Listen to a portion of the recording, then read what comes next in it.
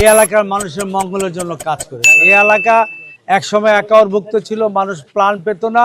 91-এ দেশনেত্রী বেগম খালেদা জিয়া এই এলাকায় ইলেকশন করার বরাতে আমরা 91 সন থেকে 1385 একর জমি এই এলাকার অবমুক্ত করতে পেরেছি, গ্যাস পানি বিদ্যুৎ দিয়েছি।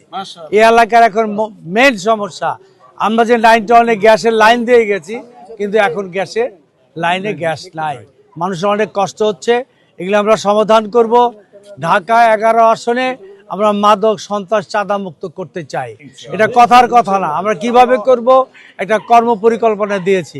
সোসাইটি কমিউনিটি বেস সিসিটিভির মাধ্যমে নাইট গার্ড রাখবো এবং গেট দিব।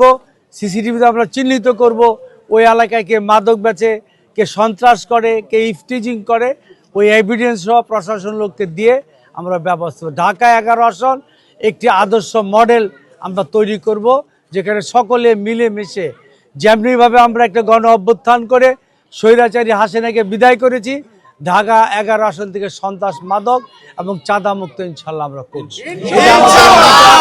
এবং ঢাকা 11-র জনগণ আমাকে চিনে, দীর্ঘ সময় আমি এলাকার কমিশনার ছিলাম 94 থেকে 2013 সাল পর্যন্ত।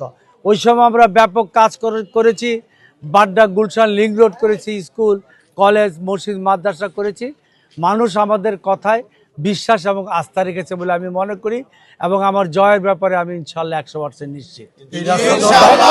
আপনি ঢাকায় গেছিলেন আগে, আচ্ছা, আর আপনি নির্বাচিত হলে, জয়ী হলে, আপনার এই এলাকা নিয়ে সর্বপ্রথম আপনার কি পরিকল্পনা রয়েছে? আমরা আসার পর দেখেছি যে রাস্তাঘাটের খুবই নাজেহাল অবস্থা, বিশেষ করে আপনার এখানে যে সাঁতারগুল যে খালটি রয়েছে, এই খালটি আমরা জানি যে তারেক রহমান একটি প্রতিশ্রুতি দিয়েছে, তার প্রতিশ্রুতিটা আছে, কিন্তু বিষয়টা হলো আমরা যখন এটি ঢাকা শহরের প্রাণ কেন্দ্রই বলা চলে, এই খালের এই অবস্থা, এটি হলে হয়তো জলাবদ্ধতা নিরসন হবে। এই খাল নিয়ে আপনার কোনো পরিকল্পনা আছে? আমার পরিকল্পনা আছে, আমি গত সবগুলি মিটিংয়ে বলছি, এটা বাস্তবধর্মী আমি একটা পদক্ষেপ নেব। কি বাস্তবধর্মী? আমাদের যে হালটের যে খালগুলি আছে, ডিসির মাধ্যমে আমরা ডিমার্গেশন করে স্বেচ্ছাশ্রমের ভিত্তিতে অন্তত এই খালগুলি আমরা উদ্ধার করে প্রবাহমান করব, যাতে এগুলি পাকা টাকা করে ওগুলি করতে সময় লাগবে, ইনস্ট্যান্ট যাতে আমরা পানিগুলি প্রবাহমান করতে পারি, এটা খুব বেশি সময় লাগবে না।